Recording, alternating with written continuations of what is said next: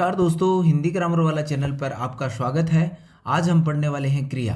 क्रिया एक ऐसा टॉपिक है साथियों जिससे हर एग्जाम में क्वेश्चन पूछे जाते हैं।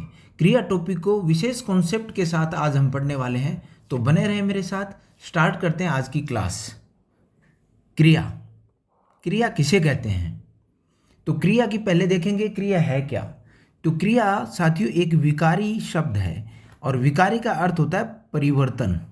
विकारी का अर्थ होता है परिवर्तन। अब विकारी किसे कहते हैं ये देखेंगे।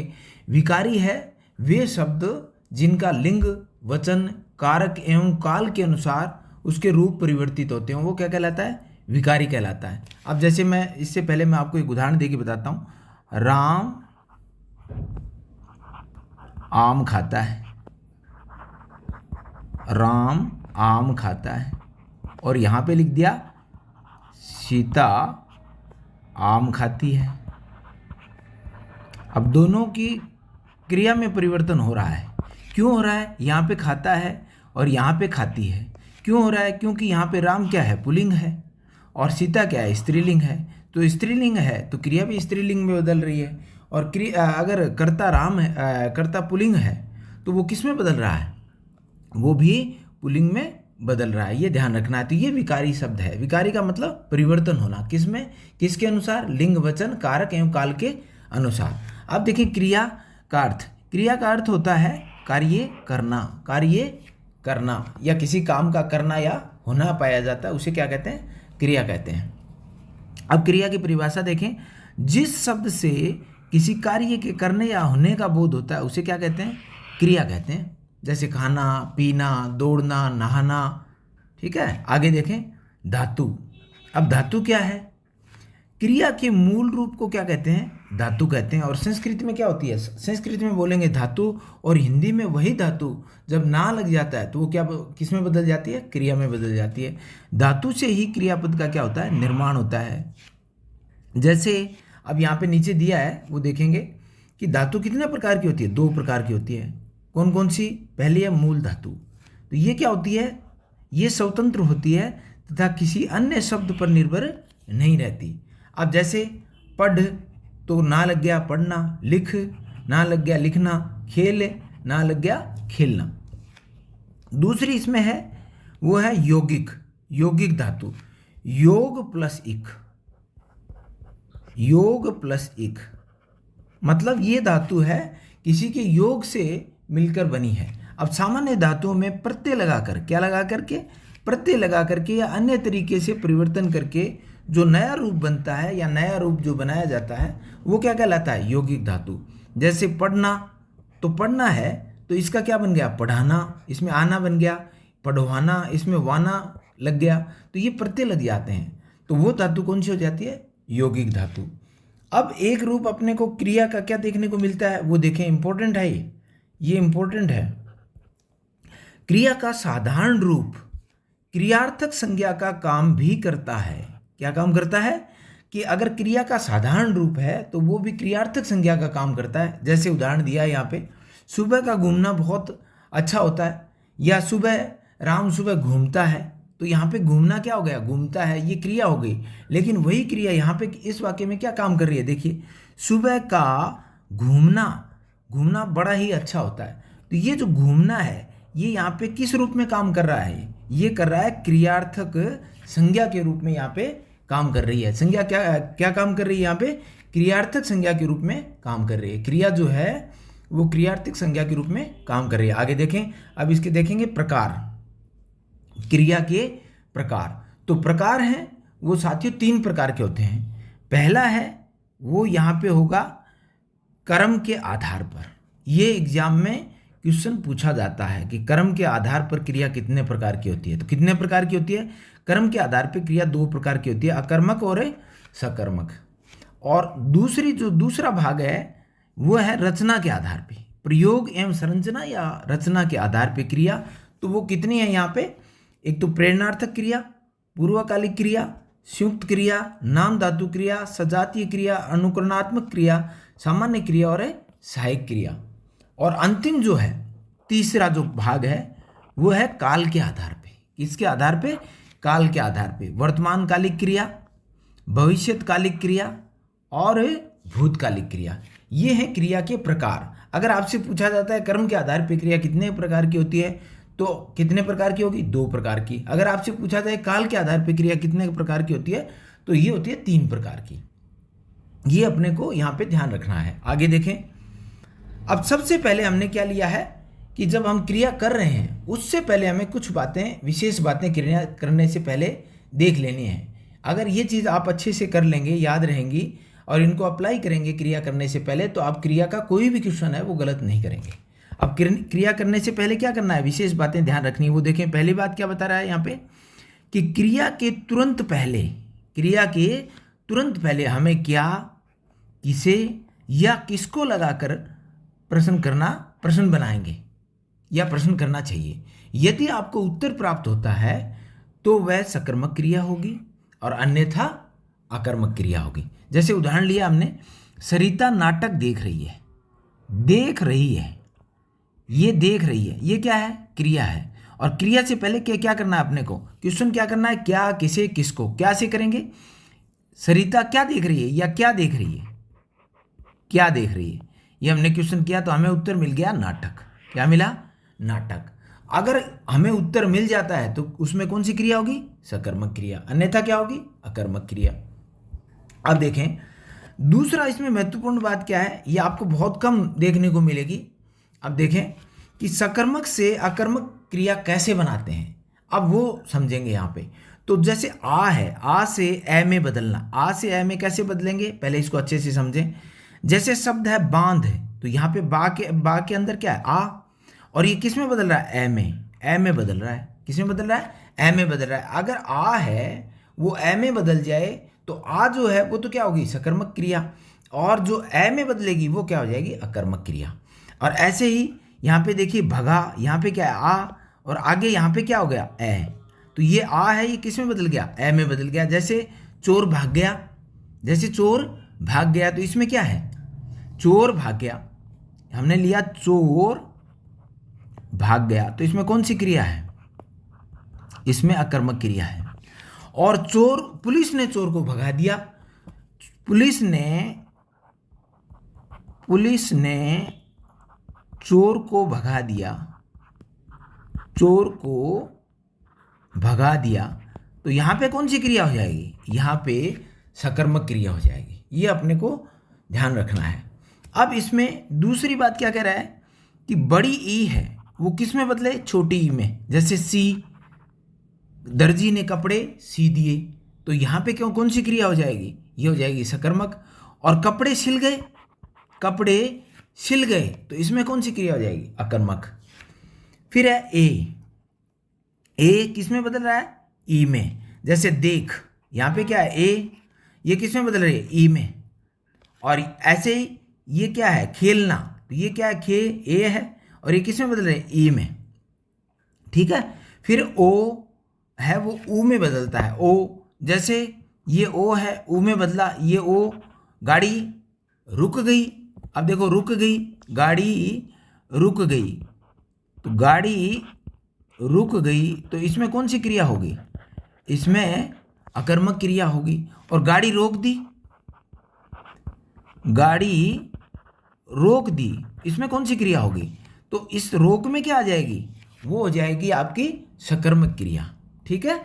अब इसके कुछ उदाहरण मैंने यहाँ पे, जैसे खोलना, ये क्या है? ओ, और ये किस में बदल रहा है? यहाँ पे ऊ में बदल रहा है। तो ओ है वो जैसे ही ऊ में बदलेगा तो वो क्रिया सकर्मक से अकर्मक में बदल जाएगी। अब यहाँ पे कुछ समझाने के लिए मैंने उदाहरण रखे हैं, वो देखें। मैंने सामान बांध दिया, अब यहाँ पे बांध दिया, तो ये क्या है? ये हो गई यहाँ पे सकर्मक क्रिया। अब सामान बंध गया, यहाँ पे पता ही नहीं कौन बांध रहा है सामान को, बंध गया। तो यहाँ पे एक तो ध्यान ये देना है कि यहाँ पे आ रहा है, देखिए, और ये किस में बदल गया? ए में बदल गया। तो ये क्रिया किस में बदल गई? ये सकर्मक थी, ये तो सकर्मक है, सकर्मक क्रिया। और ये क्या हो जाएगी? अकर्मक क्रिया। ये क्या हो जाएगी? अकर्मक क्रिया। ऐसे ही दूसरा उदाहरण देखिए, दरवाजा खोल दिया। अब दरवाजा खोल दिया, तो यहाँ पे क्या है कि दरवाजा खोल दिया, इसमें कौन सी क्रिया है? सकर्मक। नियम कौन सा काम कर रहा है यहाँ पे? ओ, ये ओ है, ये ओ आ गया, यहाँ पे किस में बदल रहा है, ऊ में। तो ये दरवाजा खुल गया, तो यहाँ पे दरवाजा अपने आप खुल रहा है, कोई खोलने वाला नहीं है, अपने आप। और जो क्रिया अपने आप हो रही है वो क्या है, अकर्मक। वो क्या होती है, अकर्मक।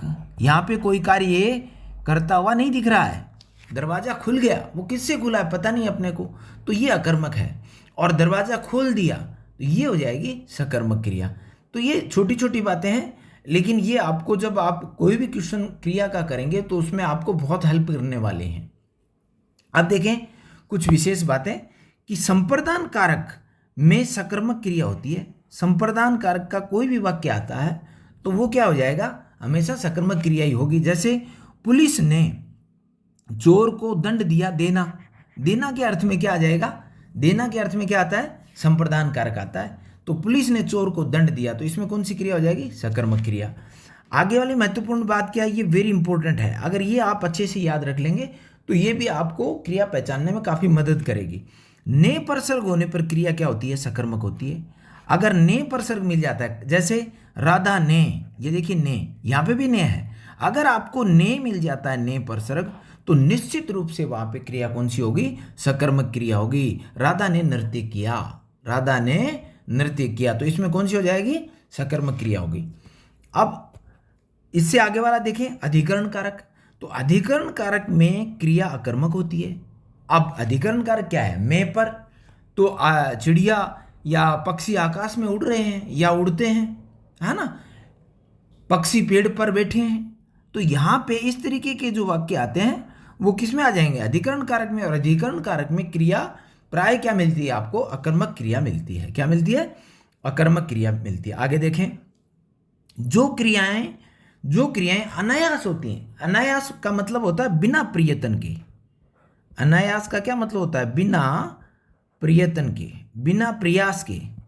जो बिना प्रयास के अपने आप ही जो क्रिया हो रही है वो क्या होंगी, अकर्मक होती हैं। कौन सी क्रिया होती हैं, अकर्मक होती हैं। जैसे वर्षा हो रही है, हवा बह रही है ना, वर्षा हो रही है, बिजली कड़क रही है, आसमान फट गया, तो ऐसे उदाहरण हैं वो किस में आ जाएंगे, वो अकर्मक में आएंगे। ये अपने को ध्यान रखना है। अब लेंगे हम कर्म के आधार पर क्रिया। सबसे पहले क्या लेंगे, कर्म के आधार पर क्रिया। तो कर्म के आधार पर क्रिया कितने प्रकार की होती है, 2 प्रकार की होती है। और 2 प्रकार में सबसे पहले कौन सी होती है, वो हमने लिया सकर्मक क्रिया। अब सकर्मक होती क्या है वो देखेंगे। अब से प्लस कर्म, से का क्या अर्थ होता है, सहित। से क्या है, उपसर्ग है, और इसका अर्थ होता है सहित। तो कर्म सहित, तो सकर्मक का अर्थ क्या है, कर्म सहित, कि जिस वाक्य में क्या हो, कर्म हो, जिस वाक्य में क्या हो, कर्म हो, वो क्या है, सकर्मक क्रिया। इसकी परिभाषा देख लें। जिस क्रिया का प्रभाव कर्ता पर न पड़कर, किस पर, कर्ता पर न पड़कर कर्म पर पड़ता है, उसे क्या कहेंगे, सकर्मक क्रिया कहते हैं। अर्थात दूसरा अर्थ भी है इसका, अर्थात ऐसी क्रिया जिसमें कर्ता द्वारा किए गए कार्य का पता चलता है कि यहाँ पे कर्ता कार्य कर रहा है, कर्ता हमें कार्य करता हुआ दिखाई देता है, वो क्या हो जाएगी, सकर्मक क्रिया। जैसे ये क्वेश्चन भी कई बार आता है कि कौन सी सकर्मक क्रिया नहीं है, पढ़ना, लिखना, खाना, एक बीच में दे दिया, जैसे दौड़ना। तो ए में आ गया पढ़ना, बी में क्या आ गया, लिखना, सी में आ गया खाना, डी में आ गया दौड़ना। तो कौन सी क्रिया सकर्मक क्रिया नहीं है, तो यहाँ पे दौड़ना। तो इस तरीके से अपने को ध्यान रखना है कि पढ़ना, लिखना, खाना, पीना, देना, लेना, इस तरीके के जो क्रिया होती है वो किस में आ जाएगी, वो सकर्मक क्रिया में होगी। अब इसके उदाहरण देखें। वह सिर खुजलाता है, वह सिर खुजलाता है, तो यहाँ पे कर्ता जो है वो क्या कर रहा है, सिर खुजलाने का कार्य कर रहा है, सिर खुजलाने का क्या कर रहा है, कार्य कर रहा है। और एक यहाँ पे वाक्य आ गया, उसका सिर खुजलाता है, उसका सिर खुजलाता है। दोनों में साथियों ध्यान से देखें, उसका सिर खुजलाता है। अब यहाँ पे भी क्रिया क्या है, खुजलाता, और यहाँ पे भी क्रिया क्या है, खुजलाता। लेकिन वो वाक्य के अनुसार यहाँ पे परिवर्तन हो रही है कि वह सिर खुजलाता है, तो यहाँ पे करता है वो कार्य कर रहा है, लेकिन दूसरा वाक्य जो सेम क्रिया है वो यहाँ पे क्या है कि उसका सिर खुजलाता है, मतलब उसको, उसके क्या आ रही है, खुजली तो आ रही है, लेकिन वो कर नहीं रहा, यहाँ पे करता हुआ हमें दिख नहीं रहा। तो यहाँ पे क्या हो जाएगी, ये अकर्मक का उदाहरण है और ये सकर्मक का उदाहरण है। पुजारी चंदन घिस रहा है, पुजारी चंदन घिस रहा है, तो यहाँ पे पुजारी क्या कार्य कर रहा है, चंदन घिसने का कार्य कर रहा है, तो ये कौन सी हो जाएगी, सकर्मक क्रिया। और एक आ गया कार के टायर घिस गए, कार के टायर घिस गए, तो यहाँ पे किसी ने कार के टायर घिसे हैं क्या, घिस गए, कार के टायर घिस गए, तो यहाँ पे अपने को पता नहीं चल रहा कि कौन किसने घिसे हैं, है ना, यहाँ पे कोई कर्ता हमें दिखाई नहीं दे रहा, तो यहाँ पे कार के टायर घिस गए, तो ये कार्य अपने आप हो रहा है यहाँ पे, तो ये क्या हो जाएगा, ये हो जाएगा यहाँ पे इसमें हो जाएगी अकर्मक क्रिया। और यहाँ पे पुजारी है वो क्या कर रहा है, चंदन घिसने का काम कर रहा है। रमेश पतंग उड़ा रहा है, रमेश यहाँ पे क्या कार्य कर रहा है, पतंग उड़ाने का, और एक यहाँ पे पतंग उड़ रही है, एक यहाँ पे आ जाए पतंग है उड़ रही है, तो अब अपने को पता नहीं कि यहाँ पे पतंग कौन उड़ा रहा है, पतंग उड़ रही है, तो ये जो है हवा बह रही है, पतंग उड़ रही है, तो यहाँ पे अपने को करता है वो कहीं भी दिखाई नहीं देता, कार्य करता हुआ दिखाई नहीं पड़ता। और ये परिभाषा में क्या कहता है, देखिए कि ऐसी क्रिया जिसमें कर्ता द्वारा किए गए कार्य का क्या चलता है, पता चलता है, तो वो क्या हो जाएगी, सकर्मक क्रिया होगी। आगे देखें, दर्जी ने कपड़े सी दिए या कपड़े सिल गए, यहाँ पे मैंने लिखा कपड़े सिल गए, अब किसने सिले ये अपने को नहीं पता, कपड़े सिल गए, तो इतना ही चेंज होते ही यहाँ पे क्या हो जाएगी, ये अकर्मक का उदाहरण हो जाएगा। और ये क्या है, दर्जी ने कपड़े सी दिए, एक तो यहाँ पे ने आ गया, ने पर सर्ग बताया था मैंने, वो भी ध्यान रखना है। दूसरा इसमें अंतिम जो उदाहरण है वो देखें, नौकर रस्सी ऐंठता है, नौकर रस्सी ऐंठता है, ठीक है। और एक इसमें क्या है कि पानी में रस्सी ऐंठती है, पानी में रस्सी ऐंठती है, तो यहां पे क्या है, ये तो पानी में हो रही है और ये क्या है, नौकर काम कर रहा है, तो ये इतना अंतर हो जाता है क्रिया में बदलने से।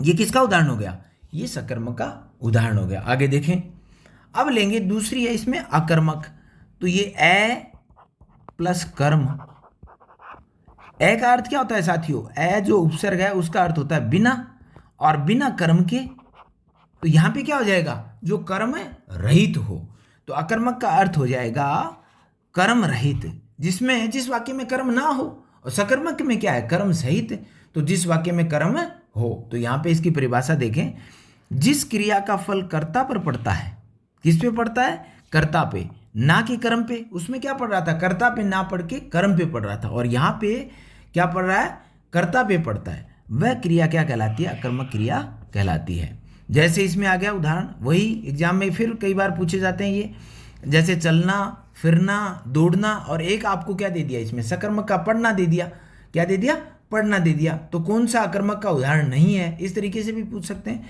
तो चलना, फिरना, दौड़ना, भागना, हंसना, उड़ना, रोना, सोना, उठना, ये कुछ उदाहरण मैंने यहाँ पे रखे हैं। ये सारे के सारे किस में आते हैं, ये अकर्मक में आते हैं। अब उदाहरण देखें इसका पहले मैं बता चुका हूँ, उसका सिर खुजलाता है, तो यहाँ पे कोई भी कर्ता नहीं है, उसका सिर खुजलाता है, मतलब खुजली तो आ रही है पर कर नहीं रहा, और एक वहाँ पे क्या था, वह सिर खुजलाता है, तो ये ध्यान रखना अपने को।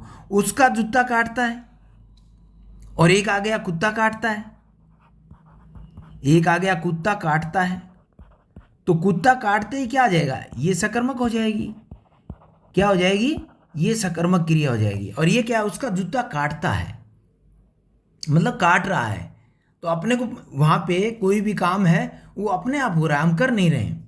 पतंग उड़ रही है, क्या है, पतंग उड़ रही है, तो पतंग है वो उड़ रही है, चिड़िया उड़ रही है, चिड़िया आकाश में उड़ रही है, कहीं भी उड़े ना, कोई वहाँ पे कार्य करने अपने आप हो रहा है। यहाँ पे वर्षा हो रही है ना, हवा चल रही है, हवा बह रही है, आसमान फट पड़ा है, मतलब कपड़े छिल गए हैं। ये आगे देखें, आसमान फट पड़ा, ये भी क्या है, ये किसका उदाहरण है, ये सारे के सारे अकर्मक के उदाहरण हैं। आसमान फट पड़ा मतलब अनायास हो रहा है, ये बिना प्रयत्न के। वह रात भर नहीं सोया, वह रात भर नहीं सोया। तो ये भी इम्पोर्टेंट है, एग्जाम में आए हुए हैं। ये कुछ उदाहरण मैंने यहाँ पे रखे हैं, वो कहीं ना कहीं आपके एग्जाम में आए हुए उदाहरण रखे हैं। वह रात भर नहीं सोया, तो इसमें भी कौन सी हो जाएगी? अकर्मक क्रिया। उसमें भी कौन सी हो जाएगी? अकर्मक क्रिया। आशा करता हूँ साथियों आज की क्लास आपको पसंद आई होगी। अगर आपको क्लास अच्छी लगी हो तो प्लीज़ चैनल को सपोर्ट करें और चैनल को सब्सक्राइब करके रखें, ताकि आने वाली वीडियो की सूचना आप तक पहुंच सके। आज का सफ़र यहीं तक, फिर मिलेंगे। जय हिंद, जय हिंदी।